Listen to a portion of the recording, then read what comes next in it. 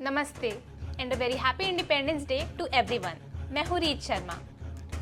नमस्कार और मैं हूँ तनिष्का नंदा। ना कोई तस्वीर बनी, ना कोई गीत रचा गया, लेकिन उनके ही खून से इतिहास का पन्ना सजा गया।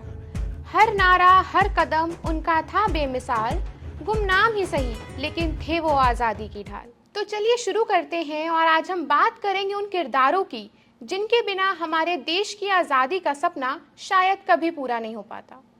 बिल्कुल, जब हम बात करते हैं इंडिपेंडेंस डे की तो हमें रानी लक्ष्मीबाई, चंद्रशेखर आज़ाद, भगत सिंह और सुभाष चंद्र बोस जैसे महान नामों की याद आती है। पर उनके पीछे हजारों ऐसे लोग थे जिन्हें शोर की परवाह नहीं थी, बस देश की आज़ादी की धुन सवार थी। हाँ, तुमने बिल्कुल सही बताया। और ऐसे ही किरदारों को तो हमने नाम दिया है द अनहर्ड वॉरियर्स। तो चलिए शुरू करते हैं एक ऐसी कहानी से जो शायद सबको ना पता हो।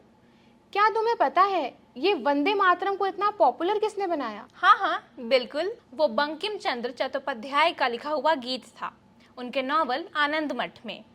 पर उस समय इसको आम जनता तक पहुंचाना उतना आसान नहीं था। एग्जैक्टली। तब ब्रिटिश सेंसरशिप बहुत ज़्यादा स्ट्रिक्ट थी और ऐसे सिचुएशन में प्रिंटर्स ने सीक्रेट सोसाइटीज़ में काम किया। अगर मैं बात करूं कोलकाता के एक छोटे से प्रेस ऑनर की जिनका नाम था नरेंद्र नाथ सेन, वो गुप्त रूप से पैम्पलेट्स छापते थे और उन पैम्पलेट्स पे वंदे मातरम और देशभक्ति के गीत लिखे होते थे और वही पैम्पलेट्स घर घर तक भी पहुंचाए जाते थे। वही तो, और इन पैम्पलेट्स को घर घर तक पहुंचाने का काम कौन करता था?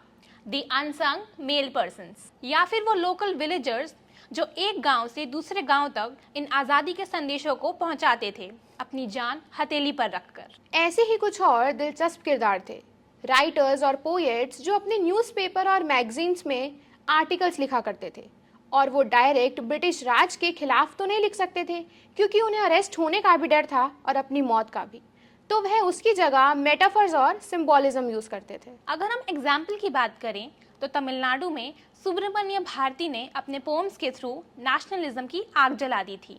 उन्होंने भारत माता को एक देवी के रूप में पोर्ट्रे किया जिसका अर्थ था देश की सेवा करना ही धर्म है। ब्रिटिश समझ ही नहीं पाए कि इसका असली मतलब क्या था और उनका मैसेज आम लोगों तक पहुंच गया।